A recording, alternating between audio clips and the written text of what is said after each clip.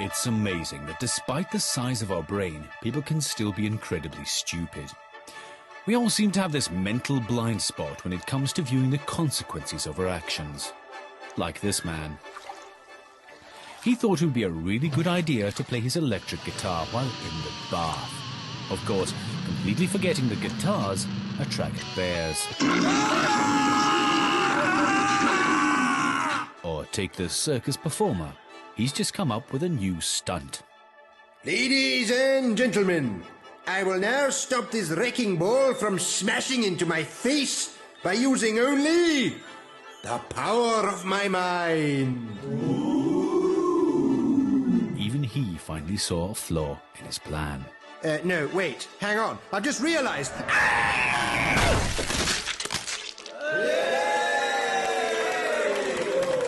There are so many things that we do that while they might seem like a good idea at the time, we immediately come to regret.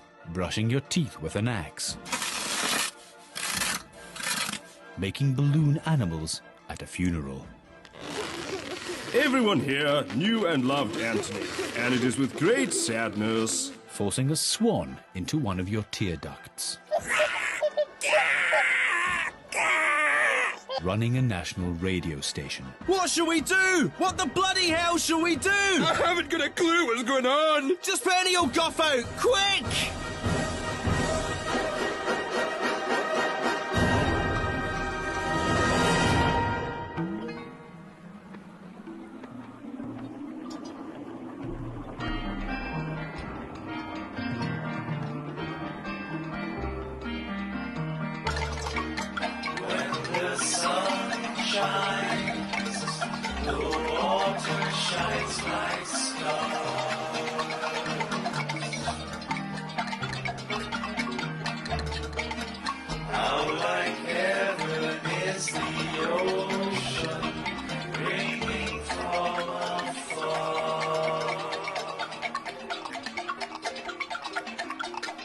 I'm cast adrift in the mid-Atlantic. Oh, what's the icy surface? Yay, it's Commandant Birdseye.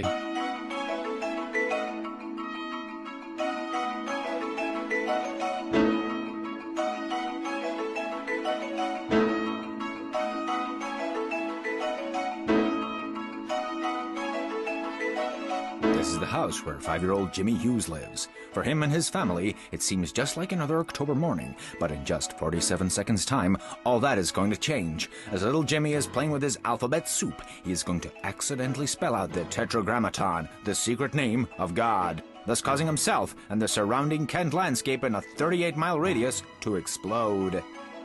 Cool. At precisely the same time, a waitress in New York notices that a coffee stain on her apron is the exact same shape as the panel for the 1956 House of Un-American Activities Committee.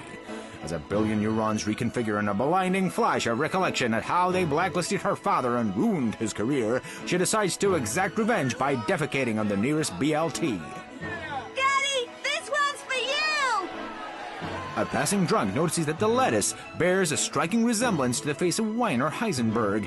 Meanwhile, in the British Library, an initiative to introduce inner-city children to wildlife is in a state of chaos when an otter explodes after being unexpectedly hit by a meteorite.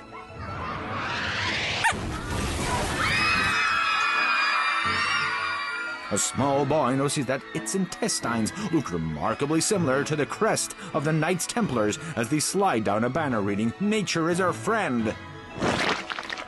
Simultaneously in the United States, the Colorado River has burst its banks, causing mass flooding.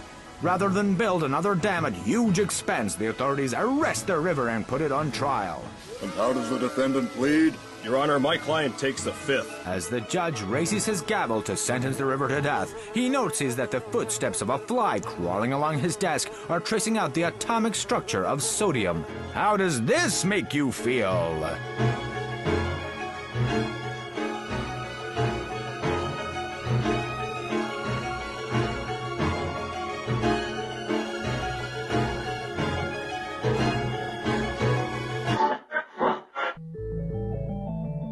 Science. Yes, science. The big, complicated, mad stuff that comes out of old men's brains, explaining everything in the world from why babies are radioactive to why our legs get shorter when we stand on an industrial mincer. It has discovered the elements of the periodic table, including metals such as spondinium, the singing element. 23 bottles of beer in the wild, 23 bottles of beer. It has uncovered animals, such as the rare maths bat, a creature that dwells solely in corporate finance offices and feeds exclusively on VAT and taxation reports. So if you look to page 14, you'll see the breakdown of all the fiscal data, including the... Get the grenades! They're back! Science has made our lives easier. Whether it's with such labor-saving inventions as the steam-driven sanitary towel. It's wonderful! And apart from the deafening noise, it's so discreet! Or motorbikes for spiders.